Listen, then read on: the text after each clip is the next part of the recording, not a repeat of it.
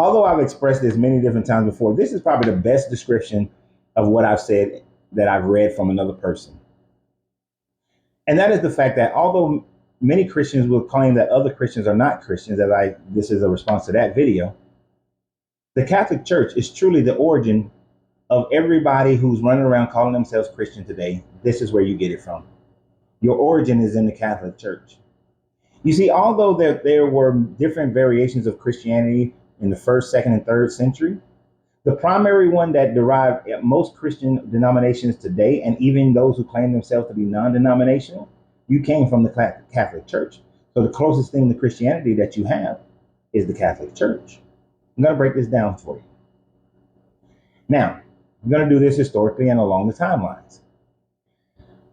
So first of all, those people who are claiming that they're not from the Catholic Church, that the Catholic Church are ruthless and they mistranslated this and they mistranslated that and they've done this, that, and the third.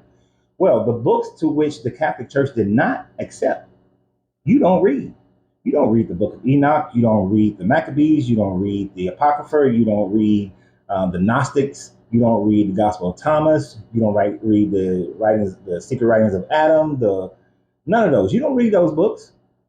So what you're reading are the books that the Catholic Church authorized to be read as biblical scripture. So your origin goes back to the Catholic Church. For those who may claim that the Ethiopians had their own church, Christianity came there first. No, you're incorrect. Christianity started in the Levant. We went to Turkey, and then it went to Egypt and Rome relatively at the same time. It is the Coptic Church that developed for almost 300 years, well, for about 200 years in Egypt, that then went and converted the Axiom Empire in 330. You see, the Nicene Creed happened in 325. This is when the Orthodox Christians of the Romans were gathered together and made valid by Constantine.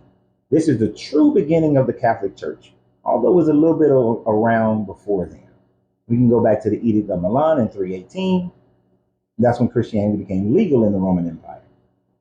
But it became legal, but the strength of it came in 325 when Constantine supported the Orthodox Christians, which becomes your Catholic Church. The Coptic Church in Egypt was in line with the Orthodoxy in Rome. That means they were part of what became the Catholic Church.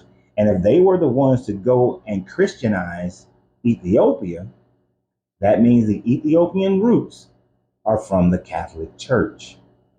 There were no Christians in Ethiopia until 330.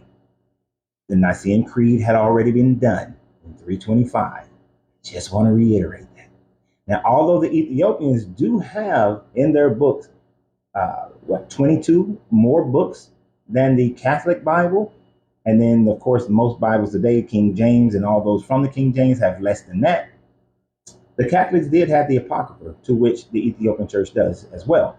The Ethiopian Church does have the books of Enoch, which no one else really have those. So you have a little bit of differences, but your theology came from the Catholic Church. Your idea of a Trinity comes from the Catholic Church. This was decided in 325 at the Council of Nicaea. So the fact that you may claim to be non-denominational, evangelical, Baptist, Protestant, Methodist, it doesn't matter.